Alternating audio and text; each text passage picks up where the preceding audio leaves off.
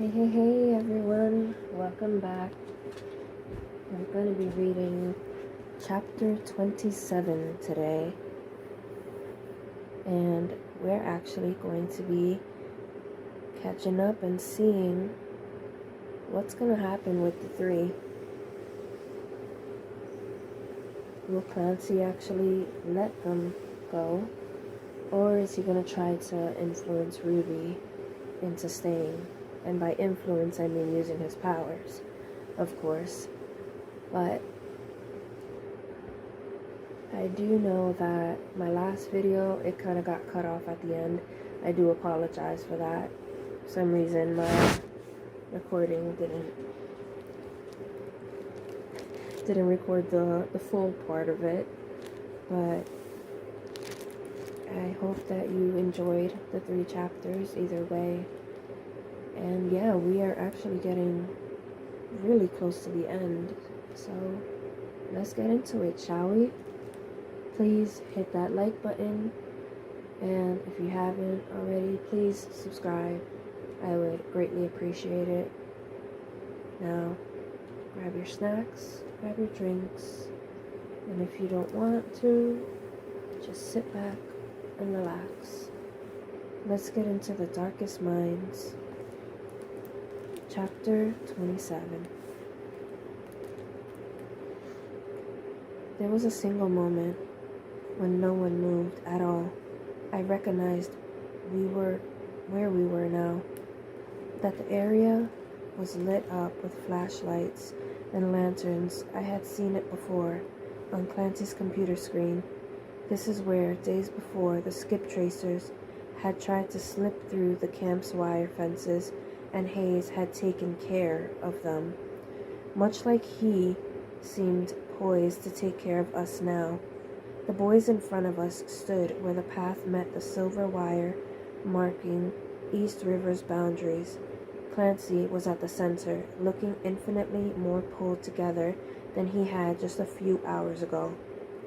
"I think we need to have a talk," Clancy said, his voice pleasant. It seems like something dangerous is about to happen. "We're heading out," Liam said, anger in his voice barely contained. "We don't want trouble."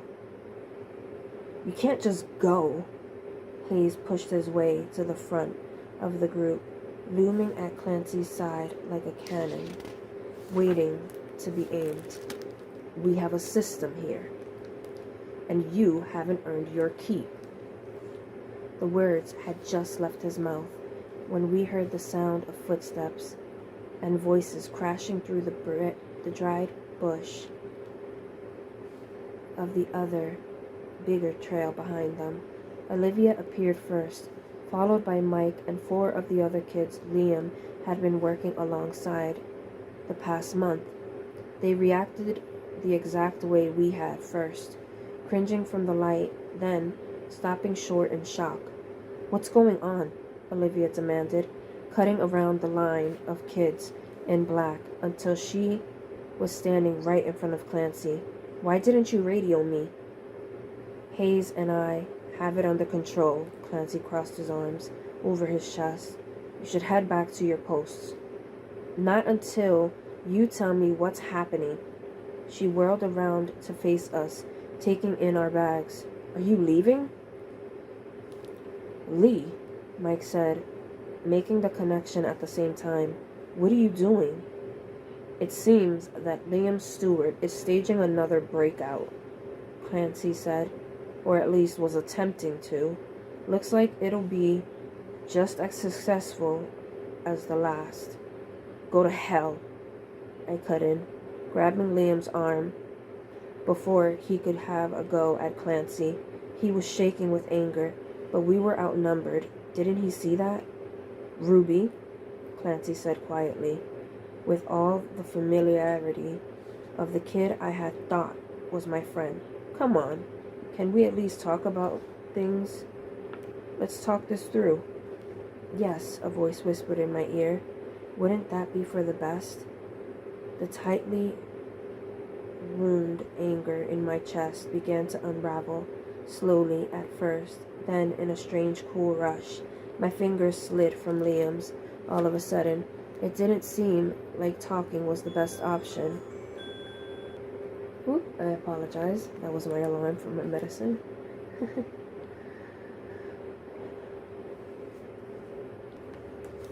All of a sudden, it didn't seem like talking was the best option.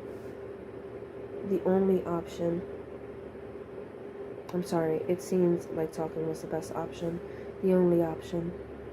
I had been so angry and afraid before, but this was Clancy. It was Clancy. I took a step forward. Toward him. Toward that smile. I could forgive him, couldn't I? It would be easy. Everything with Clancy was easier. My feet moved on their own, knowing exactly where I needed to go, where I was supposed to go. But Liam didn't let me, and Chubbs wasn't about to either. I felt the latter hands grab my backpack. The moment Liam stepped in front of me, Clancy disappeared from sight, and I couldn't remember why it felt so important to go to him, to let him walk me back to camp. "Stop it," Liam yelled. "Whatever you're doing to her, stop it." "He's not," Mike began, looking between Liam and Olivia. I saw her just beyond Liam's shoulder, her face a grim mask behind them, and the other kids from Liam's watch detail were abuzz, unsure of where to look. "I'm not doing anything." His voice, Clancy's voice, taking on an edge of ice. "You're the one that's jealous of the relationship she and I have." The boys around him began to nod in agreement, their faces strangely expressionless. "You're the one that's trying to break the rules here," he continued, "because it is a rule, isn't it, Liv? If you want to leave, you have to ask me, right?" She hesitated but nodded. Liam's arms dropped from in front of me slowly. His brow drew together, and he seemed to incline his head toward Clancy, as if listening to something the rest of us couldn't hear. I felt, rather than saw, the tense leave the lines of his shoulder. He took a step back and then another away from me, one hand going to his forehead. "Sorry, I didn't mean..." "You're happy here, aren't you?" Clancy asked pleasantly. "There's no reason why you can't go back to feeling that way. There are rules here, you know them now. And you won't break them again, will you?" "No." Liam's voice.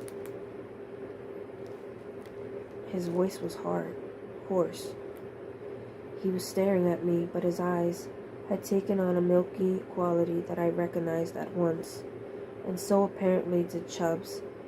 His own eyes narrowed, zeroing in on Clancy with pure razor-shaped fury. "Let me tell you what I think about your fucking rules," he said, his voice dripping with venom, as he pushed past Liam. "You sit up in your room and you pretend like you want what's best for everyone, but you don't do any of the work yourself. I can't tell you if you're just a spoiled little shit or if you're too worried about getting your pretty princess hands dirty, but it sucks. You are fucking awful. And you sure as hell don't have me fooled." The force of Clancy's cold gaze fell on Chubbs, but he went on, undaunted. "You talk about us all being equals, like we're one big happy rainbow of peace and all that bullshit. But you never once believed that yourself, did you? You won't let anyone contact their parents, and you don't care about the kids who are still trapped in the camps your father set up. You wouldn't even listen when the watch kids brought it up. So what I want to know is, why can't we leave?" He took another step forward, cutting off Clancy before he could start speaking. "What's the point of this place, other than for you to get off on how great you are and toy with people and their feelings. I know what you did to Ruby." The others stood by in silence, but the longer Chubb spoke, the clearer his eyes became. Mike, in particular, shook off Clancy's influence. With a look like he was about to be sick, the other kid's eyes flicked around, nervous and unsure. Clancy had been perfectly still the entire time Chubbs had torn into him, but now Chubbs was finished. Clancy leaned in close, as if he was about to whisper a secret. Only when he spoke, his voice was loud enough for us to hear. "I toyed with more than her feelings." His eyes flicked to Liam's face. "Didn't I, Stuart?" The sweep of furious crimson that washed over Liam's throat to his face was enough to tell me exactly what kind of image Clancy had pushed into his head. "Don't!"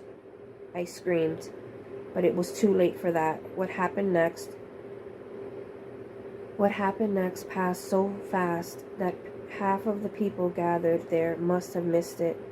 Liam raised his fist, ready to launch it into Clancy's smug face, but his hand got no further than his shoulder.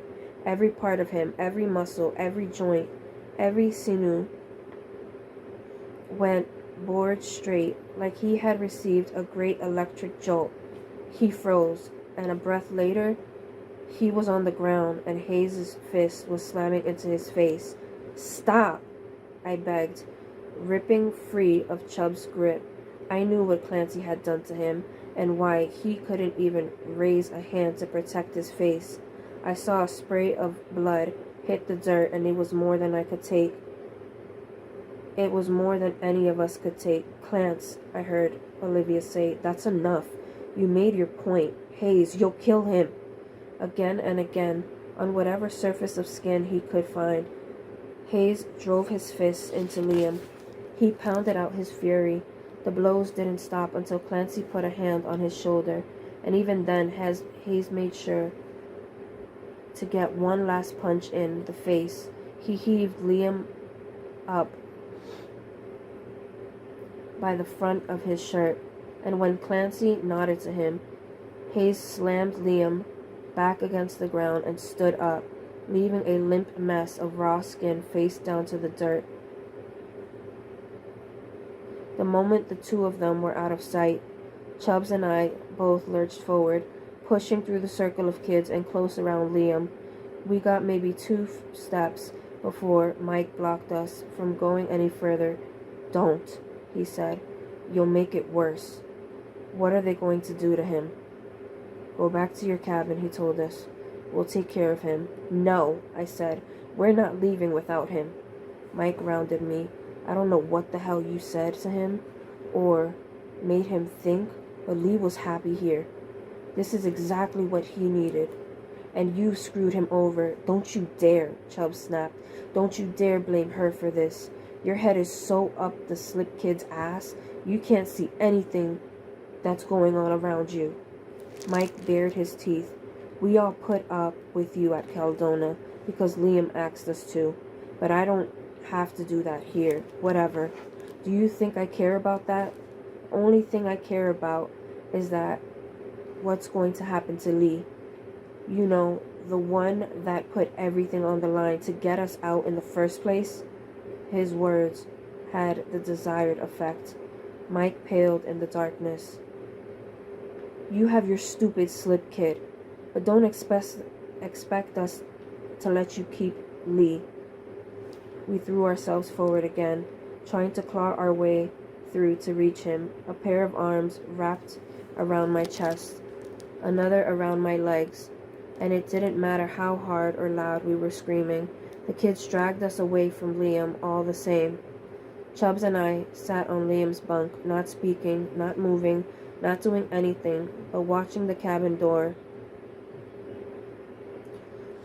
Through the windows, we saw curious faces, gawkers and guards alike, all trying to figure out what exactly had happened. Lights out had come and gone, but it wasn't like either of us were going to be able to sleep. Judging by the two figures in black standing directly in front of our door, it didn't seem like we'd be able to leave either. Not after our failed escape attempt, and certainly not after Chubbs had rained down a verbal hailstorm on Clancy. "Where did you learn to talk like that?" I finally asked, but he only shrugged. I tried to imagine what Lee would have said, and went from there. Chubbs rubbed the top of his head. Did I really say he had pretty princess hands? I let out a strangled laugh. All that and more.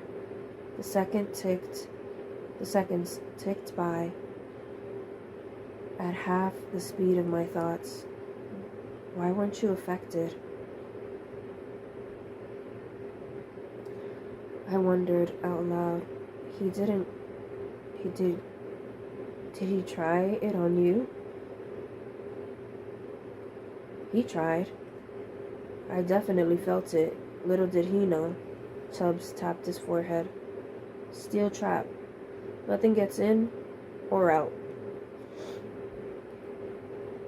I had a fleeting thought that what he was saying could very well be true, and that it might even explain why his was the only head I managed to avoid slipping into. But he heard a loud shuffle on the steps of path, and everything else flew straight out of my head. Olivia and another kid came stumbling in, one of Liam's arms over each of their shoulder. His face was turned down, and I could see where mud had caked on his hair. The rain had started about an hour after we had left him. Lee, Chubbs was saying, trying to get him to ruse. Lee, can you hear me? We helped them lay him on the futon. It was dark enough in the room that I didn't see the extent of his beating until Olivia set a flashlight lantern down on the floor beside him. Oh my God, I said. Liam's face turned in my direction, and for the first time I realized he was actually awake. His eyes were swollen shut. I let my hands fall on the arm hanging off the side of the futon and moved it so it was across his chest. The breath escaped his lips in wheezing sighs. There was a thick layer of gummy, dried blood caked on his nose, his mouth, down to even his chin. Daylight would reveal the rest of the bruises. He needs antiseptic, Chubb said. Bandages, something.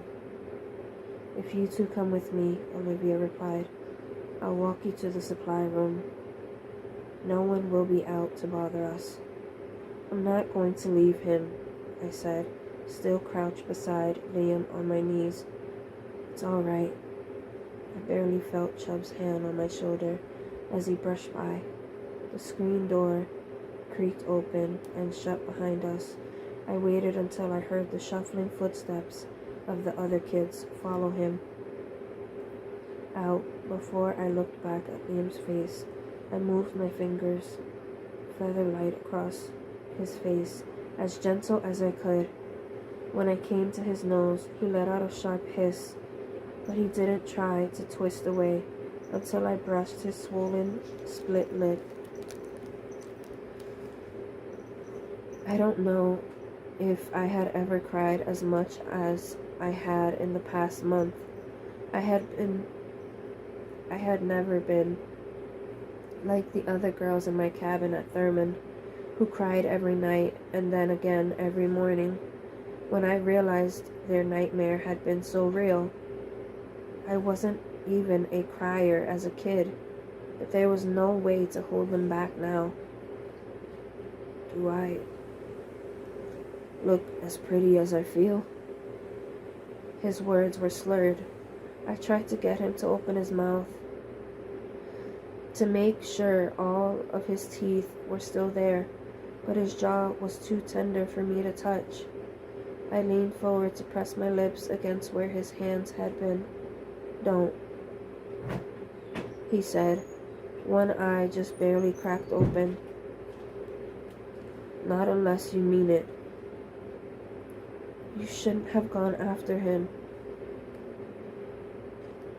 Had to, he managed to mumble out. I'll kill him, I said, anger flaring up inside of me. I'll kill him. Liam started to chuckle again. Ah, there she is. There's Ruby. I'll get you out of here, I promised. You and Chubbs. I'll talk to Clancy. No. He said, stop it. It'll make things worse. How could things possibly get any worse? I asked. I messed everything up for you. I ruined everything. God. He shook his head, mouth twisting into a shadow of a smile. Did you know? You make me so happy that sometimes I actually forget to breathe. I'll be looking at you and my chest will get so tight, and it's like the only thought in my head is how much I want to reach over and kiss you. He blew out a shaky breath. So don't talk about getting me out of here, because I'm not leaving. Not unless you're a part of the package too. I can't go with you, I said. I won't put you in that kind of danger. Bull, he said. Nothing's going to be worse than being apart. You don't understand. Then make me. Liam said, Ruby, give me one reason why we can't be together, and I'll give you 100 why we can. We can go anywhere you want. I'm not your parents. I'm not going to abandon you or send you away, not ever. They didn't abandon me. What happened to them was my fault. The secret had slipped out of me like a long exhale, and I'm not sure which of us were more surprised by the admission. Liam settled into silence, waiting for me to continue. It occurred to me then that this was it. This was really the moment I was going to lose him, and all I could think about was how much I wished I had kissed him one last time before he started fearing me for what I was. I leaned my head down on the cushion beside his, in a whisper, because I wasn't brave enough to say it any louder. I told him about going to bed the night before my 10th birthday, about how I woke up expecting my usual birthday pancakes, about the way they locked me in the garage like some wild animal. And when the story was over, I told him about Sam, how I had been her Chubbs until I wasn't, until I was nothing at all. My throat burned when I finished. Liam turned his face toward mine. We weren't even a breath apart. Never, he said after a while. Never, never, never. I am never going to forget you.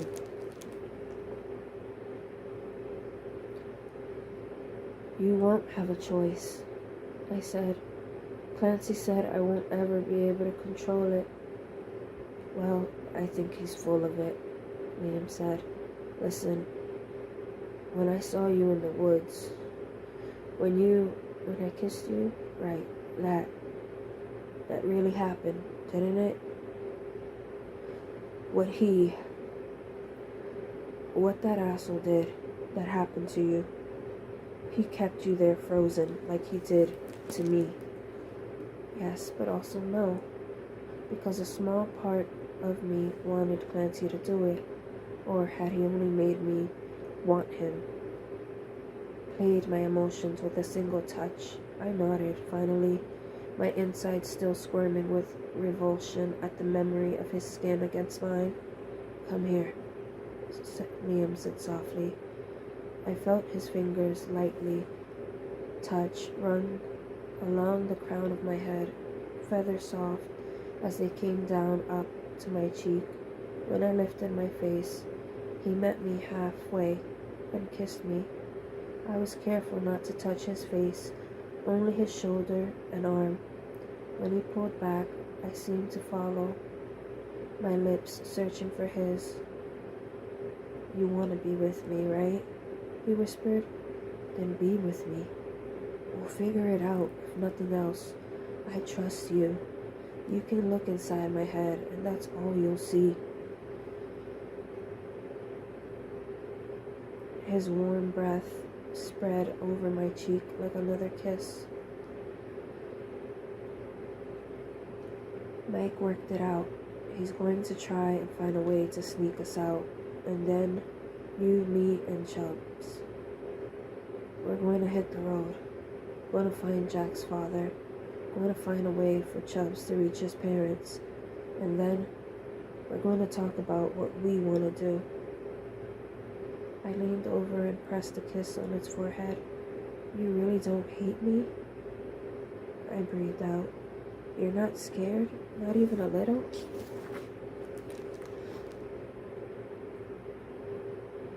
His battered face twisted with what I thought was supposed to be a smile.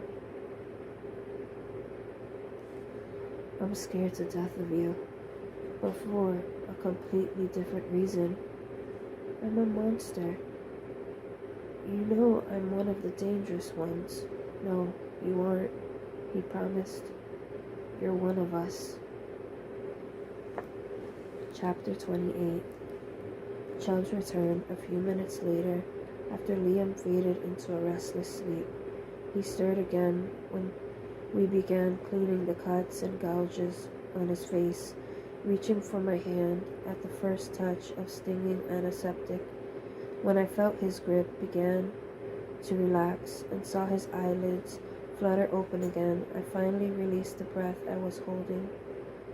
"He'll live," Chubbs said, seeing my expression. He was stuffing away the rest of the supplies in my backpack. "He'll have a wicked headache in the morning, but he'll live." We took turns sleeping, or at least pretended to. My body was thrumming with anxious, unspent energy, and I could hear Chubbs muttering to himself as if trying to work through the night's events. And then came the sound of feet slapping against the concrete steps of the cabin once more, and we gave up pretending altogether. "Lizzie," I heard one of the boys outside our door say. "Are you?" She pushed past them, throwing the screen door open so hard that it slammed against the wall. Liam startled awake, more confused and disoriented than he'd been before. "Ruby." Lizzie was looking straight at me, her face asheen, her hair had caught in her dozens of piercings, but it was the blood on her hands that stopped the flow of my blood to my head. "It's Clancy," he gasped, clutching my arms. "He just fell and started shaking all over like crazy and bleeding. I didn't know what to do, but he told me to come get you. Please, you know what's going on, Ruby. Please help me." I stared at her hands, the wet blood. "It's a trick," Liam croaked from the food zone. "Don't you dare." "If he's really hurt, I should go," Chubbs told Lizzie. "Ruby," she cried. She couldn't believe I was standing there. There was so much blood. "Ruby, please, please. You have to help him." He really thought I was stupid, didn't he? Or did he just think his influence extended that far? That I could ever forget what he had done to Liam or go rushing to his side? I shook my head, anger rippling over my skin. Too immature and too weak-hearted to use my abilities, was I? We'd see about that. Liam pushed himself up into a sitting position. You know him, he was saying. Don't do it. Don't. Show me where he is, I said. Over Chubb's protest, I turned to him. You have to stay with Liam, understand? You have to watch him, because I can't. I'll take care of everything. I would get us out, not Mike, not a burst of random luck. I would get us out. And seeing Clancy's face slack in my influence would be well worth the effort it would take to break into his mind. Hadn't he taught me everything I needed to know to do it? Ruby, I heard Liam say, but I took Lizzie's arm and guided her outside. Past the confused kids, past the cabins outside. The temperature was dropping almost 20 degrees. Fat tears dripped down her chin. He's in the storage. We were talking about, it's okay, I told her, putting an awkward hand on her back. We ran through the garden and up the office's back steps. She fumbled to put her key into the lock, only to have it jam. I had to kick it in. Lizzie was too far gone to do anything but sprint inside.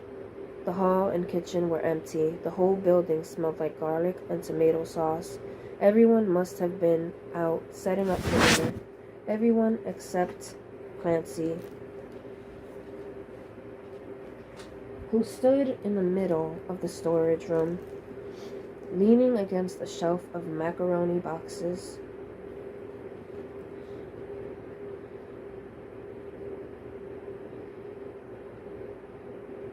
Lizzie ran to the back right corner of the room and dropped to her knees. She pawed at the ground, her trembling hands clutching only air. Clancy, she cried. Clancy, can you hear me? Ruby is here now. Ruby, come here. My stomach turned violently, and I was surprised by how sad it made me feel to have my worst suspicions confirmed. Why does it have to be like this? I thought, looking at him. Why? You came. You really came, Clancy said in a bored, flat voice. He sounded like he was reciting the words from script. Thank you, Ruby.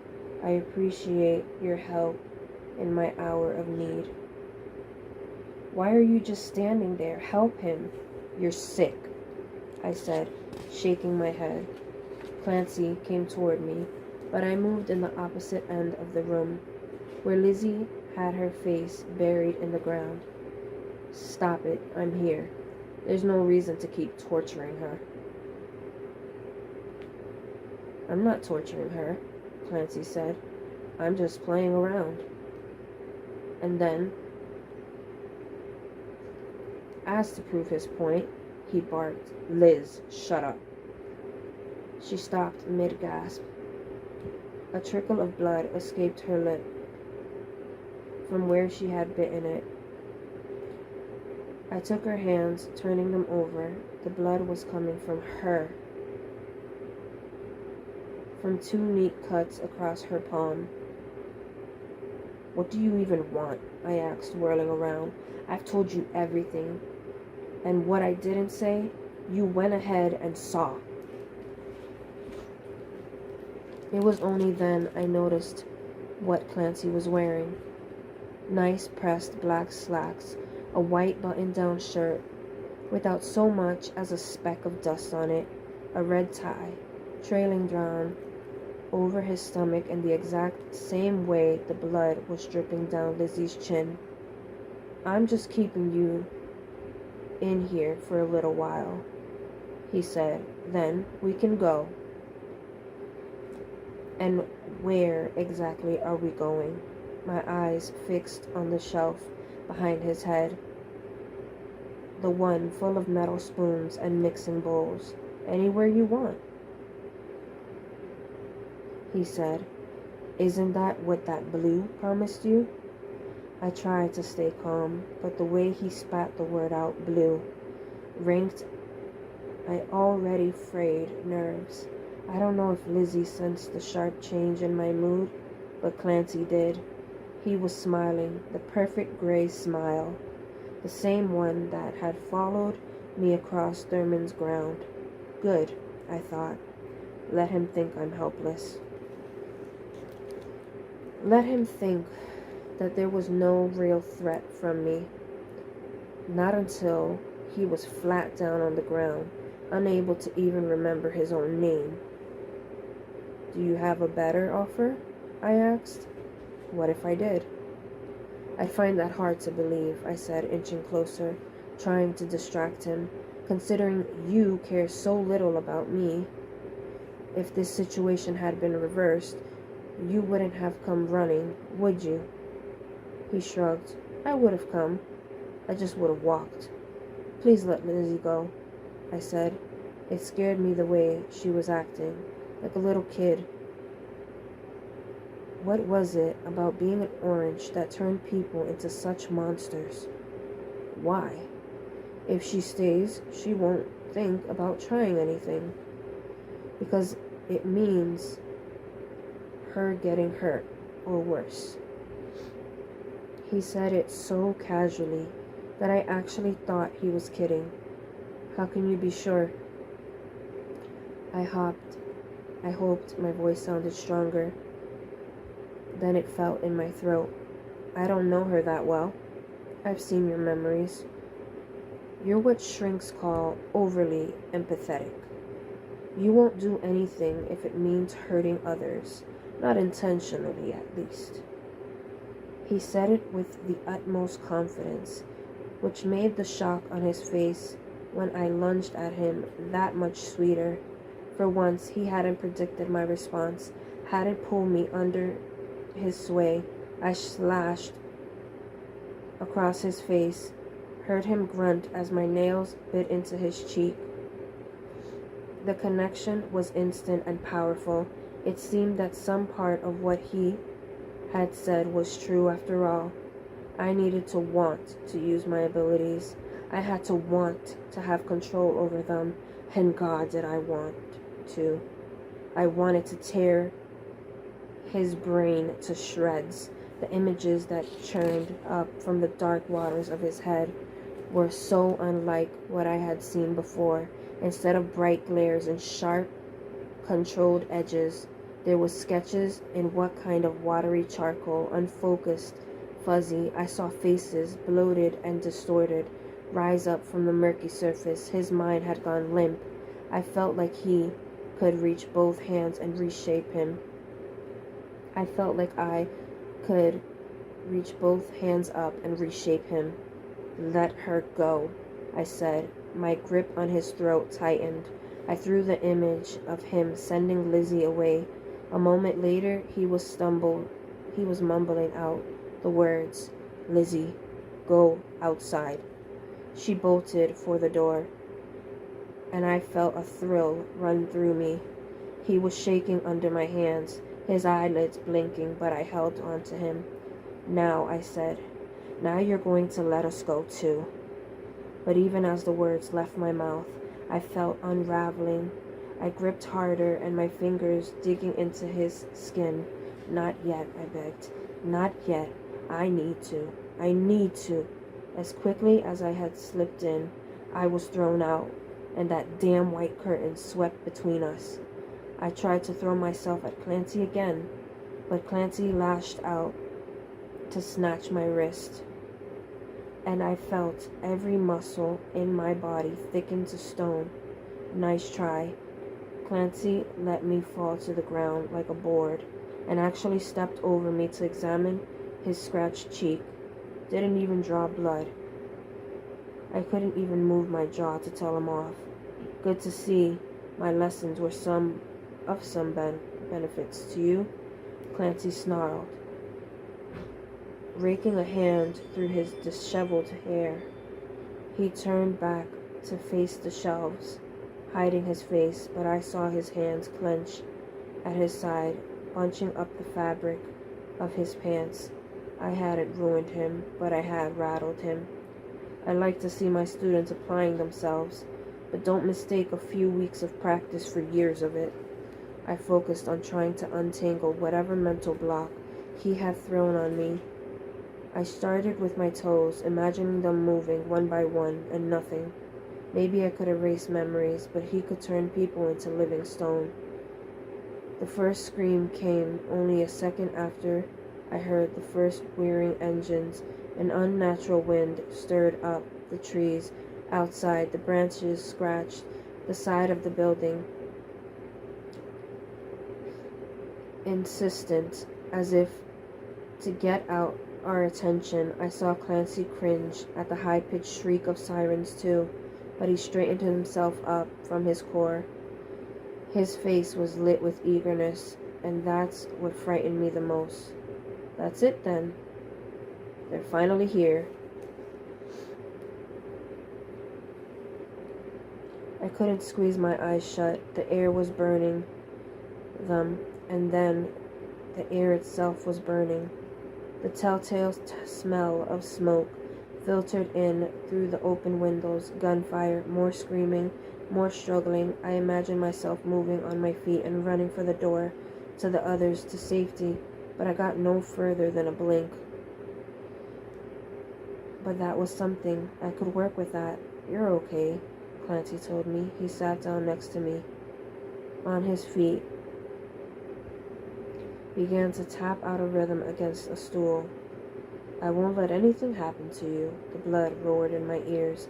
The kind of yelling that was coming from outside didn't sound human, more like living animals after skin torn clear off the bones. It sounded like pain and terror and desperation. The pitch of metallic whine coming through the walls increased in intensity as each minute trickled on. Rabbits need dignity, and above all, the will to accept their fate. I felt, rather than heard, the footsteps thundering down the hall. I couldn't tell how many there were. They were all moving in perfect time. The storage doors burst open.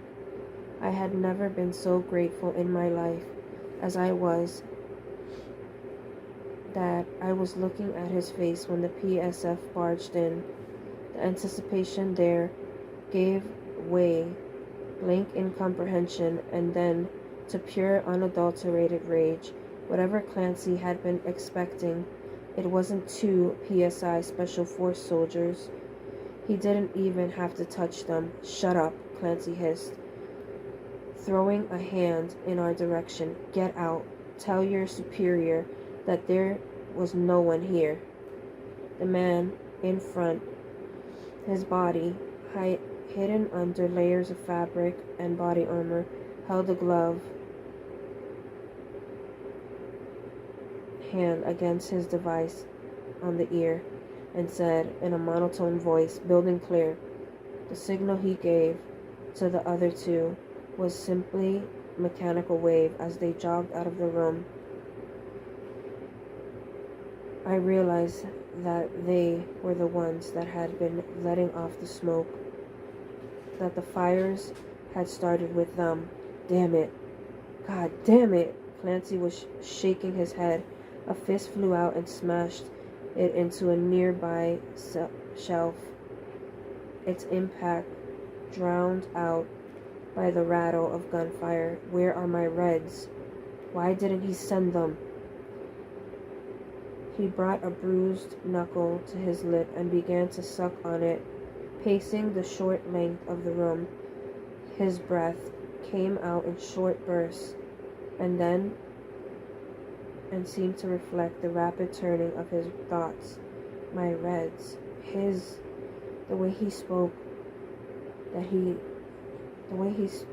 spoke about them left no doubt in my mind what the implication was there. Jamboree, his father's program. No, I thought, not his father's. I could see the different shards of the fractured full picture in front of me now. When he had first explained the program, I hadn't known him all that well, or even seen what he was capable of doing. Not enough to piece together the clues he had unintentionally left for me to uncover. There really wasn't a single person in the world that was immune to his abilities, not even President Gray. Clancy was still stalking across the room like a caged panther, the muscles of his back rippling with each spray of gunfire. Then he stopped, looking up at the windows and the smoke that was swirling against them.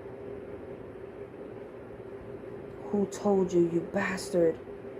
he said in a low enough voice that I wasn't sure he knew he was speaking aloud. Which one of them broke my influence and figured it out? I was so careful, so goddamn careful. He turned on his heel and stalked back toward me, and I saw the truth of it all written on his face. The same hand that bled with newly split skin had been the same one to coax his father, his advisors, anyone and everyone it took to consider Project Jamboree. Hadn't he said that before his father realized he was controlling him, Clancy had some hand in making sure the program ran smoothly and that the kids were treated well? He clearly could have done more than that. If he had all East River under his sway, what's to say he couldn't have controlled a small army of Reds too? Clancy must have seen the realization in my eyes, because he let out a low, humorous laugh. I forget sometimes, that he's not stupid. Even after he finally figured out I was manipulating him, he never put it together that Project Jamboree came from me.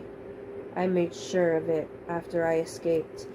I even left East River to check on them from time to time, to make sure my influence was still there.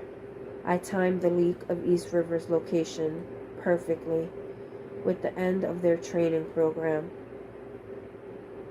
One hand came to fist in his hair, and there was something breaking in his voice when he spoke again. I grew up idolizing him, but when I saw what he really was, what he could do to his own son, his words choked off slightly. Who was it? Who tipped him off? How would he have known to send PSFs? I should be controlling my Reds right now, and we should all be marching up to New York to take him down. Clancy bent suddenly, grabbing the front of my shirt and hauling me up from the floor. He shook me hard enough that I almost bit my tongue clean off, but he didn't say a single word. The bullets and screams outside didn't touch his stony feature or his thoughts. Smoke began to crawl along the floor, rolling, heaving, seizing everything in its path without no warning. Clancy's hands released my shirt and glided up my shoulders in a lover's caress. His fingers closed around my neck, and I was so damn sure that either he was going to kiss me in his rage or kill me. More footsteps, lighter than before, but no less urgent. Clancy looked up, annoyance creasing in his forehead. I didn't see what happened next, only the aftermath. Clancy went flying back into the shelves, hard enough that there was an audible crack as his head connected with the back hall. His body tore down the shelves of pasta flour, landing in a messy pile on the floor. Chubb's upside-down face appeared over mine. His glasses were scratched and bent, and his face and shirt were stained with soot. But he didn't look like he was hurt. Ruby, can you hear me? We need to run." Why did he sound so calm? Gunfire roared in my ear. An endless stream of tiny pops and explosions. "Can you move?" I was too stiff to do anything other than shake my head. Chubbs gritted his teeth and slipped his arm around me, making sure he had a good hold. Hold on, I'm getting us out of here. Move when you can. Outside the safety of the office, there was no escaping the noise. My heart lurched, pounding against my ribcage. Tear gas smoke coated the air in thick layers. Everywhere there was fire on the ground, climbing the trees, dropping onto cabin roofs. My face and chest felt like they had caught too. The wind blew the fire so close to us that Chubbs had to pat my jeans down so I wouldn't go up in flames. He grunted, and I knew he was struggling to keep us going under my weight. I wanted to tell him to drop me, to take the letters in Liam's jacket and run. Liam. Where's Liam? Through the swirling ash, I saw the lines of black uniforms marching the kids from camp down the path to the cabins. I saw a girl thrown out of her cabin and into the dirt, only to be yanked up by her hair.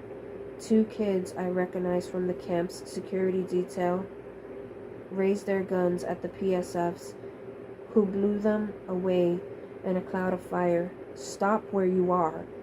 The air was knocked from my chest as Chubbs dropped me to throw the same soldier up into a tree. When his arms circled my chest again, we were moving faster than before. And then we were falling, tumbling down a hill. Chubbs let out a surprised croak as we rolled, picking up brush and embers along the way. The back of my hand smacked against a tree, but I couldn't see where we were going. The smoke blinded me. I came to a slow stop at the base of the hill, sinking face first in the muddy bank.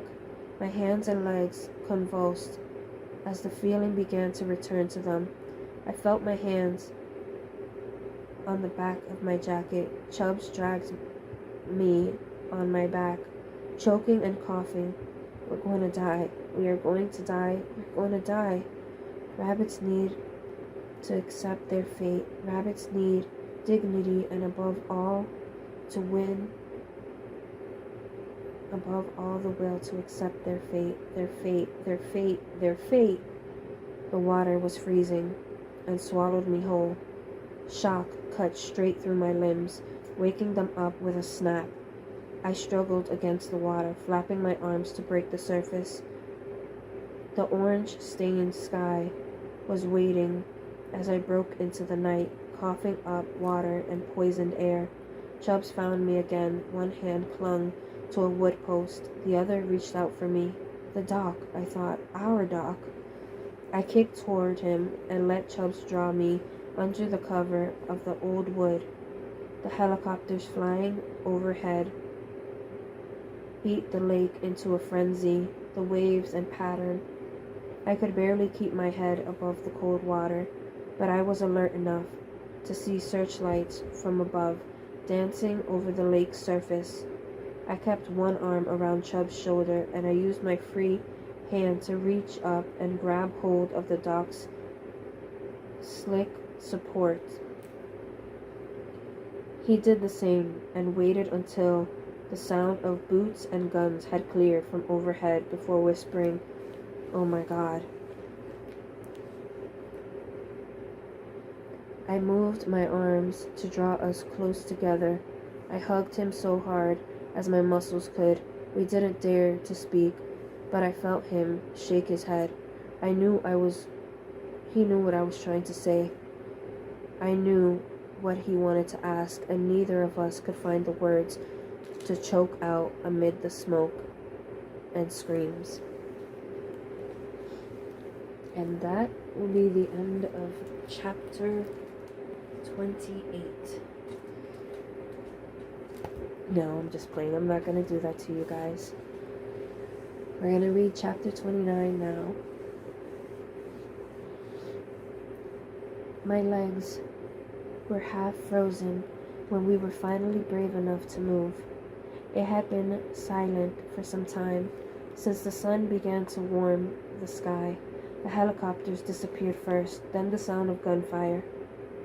Between the two of us, there was only breathing and whispered fears about what had happened to the others, to Liam. "I don't know," he said. "We split up. He could be anywhere." I had wanted to get us out of the water 2 hours before, but we kept hearing the sound of falling trees and crackling remnants of the terrible firestorm. My muscles were so stiff that it took me 3 times as long to pull myself onto the dock than it normally would have. Chubbs collapsed beside me, shaking with each cold breeze that slashed over our wet clothes. We crawled our way back up the path, staying low to the ground until we were sure, positive bond measure, that we were the last ones left. Most of the cabins were gone.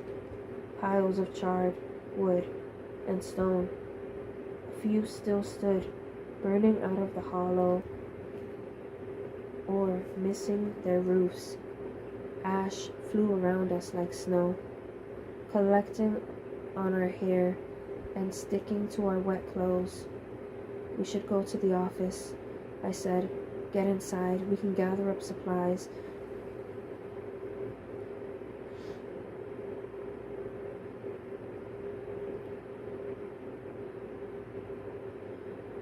"We should go to the office," I said. "Get in. We can gather up supplies and then try to go out and search for Lee." Chubb's feet slowed beside me, and I saw for the first time how red his eyes were. "Ruby." "Don't say it," I warned, my voice sharp. It wasn't an option. "Don't." I didn't want to think about Lee. I didn't want to think about Zoo or the other kids who had gotten out of camp. We had to keep moving.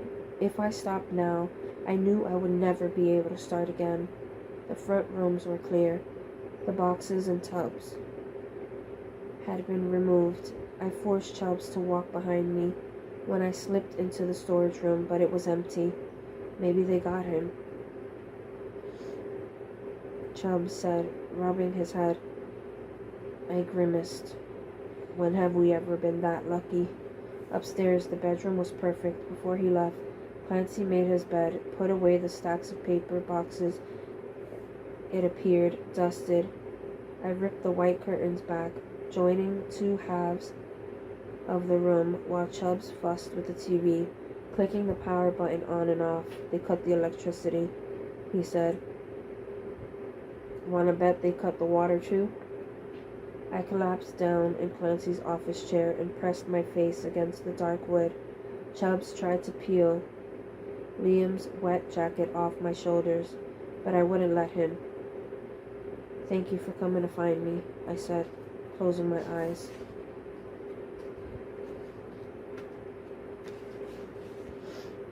"You dumbass," said Chubbs affectionately. He patted me on the back, always running into trouble. When I didn't move, I felt his hand still on my shoulder. "Ruby?" "Why did he do this?" I whispered. Everything in the room reminded me of Clancy, from the smell to the way he had organized the books by color on the shelves. He just threw them all to the wolves. Chubbs squatted down beside me, his knees crackling like an old man's. His hand never left my arm, but he seemed to struggle with what he wanted to say next. "Far be it from me to even approach untangling that hellhole of a mind," he said, carefully. "But I think he just liked being in control, in charge. It made him feel powerful to manipulate people because he knew outside of this place, he was just as vulnerable as the rest of us. There are some people like that, you know? The darkest minds tend to hide behind the most unlikely faces." He put on a good leader act, but he wasn't like Lee or Jack. He didn't want to help kids because he believed everyone deserved to feel strong and protected and protect themselves. Clancy was only ever thinking of himself. He would never have jumped in front of another person, and he would never have taken a bullet. At that, I sat up. I thought Jack was shot escaping. Chubbs shook his head. Jack was shot protecting me. And he protected me because he took a deep breath. Because he thought I couldn't protect myself. He didn't realize how much he had taught me. I'm so sorry, I said, feeling tears prick at the back of my eyes for everything.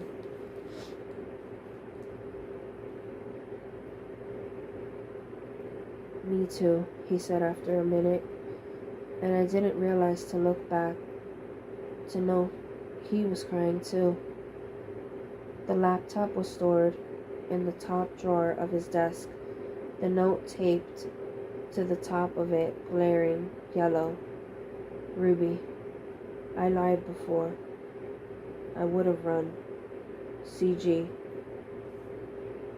Chubbs, I called, waving him over. The power on chime was oddly sweet, little bells. He just left it here?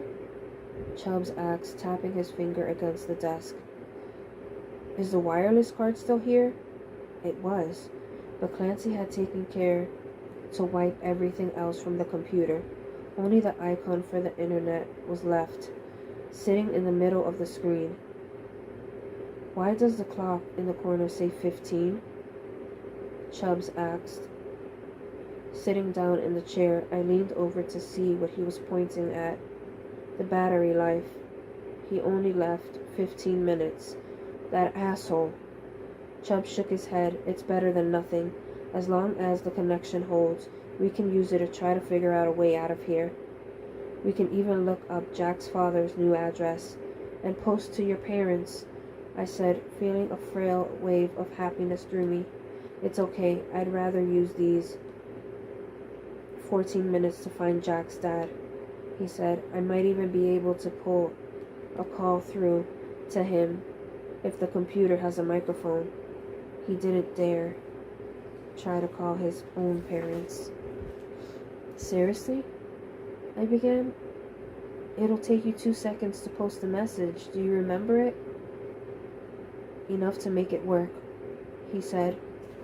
I moved around the room listlessly, listening to him type, taking the room's stale smell. My feet drew over to the side of Clancy's bed, where I finally stopped, my anger at him overwhelming even the anxiety I felt. The window was coated in soot, and protested bitterly when I tried to throw it open. The flood of fresh air that rushed in made it worth the fight. I leaned over, bracing my arms against the sill. The camp was spread out before me in piles of ash and scorched earth, but it was all too easy to imagine where the clusters of kids had once stood, waiting to get their food by the fire pit. When I closed my eyes, I could hear the laughter and the radio drifting up to me, taste the spice of chili and wood smoke on the air. I saw Liam below, the firelight turning his hair pure gold as he bent his head in quiet conversation with others. And when my eyes opened, I was no longer imagining him. I tore out of the room, ignoring the way Chubbs' voice followed me. I stumbled down the stairs, trying to take too many steps at once. Flew through the entryway and out of the door that was barely hanging from its frame.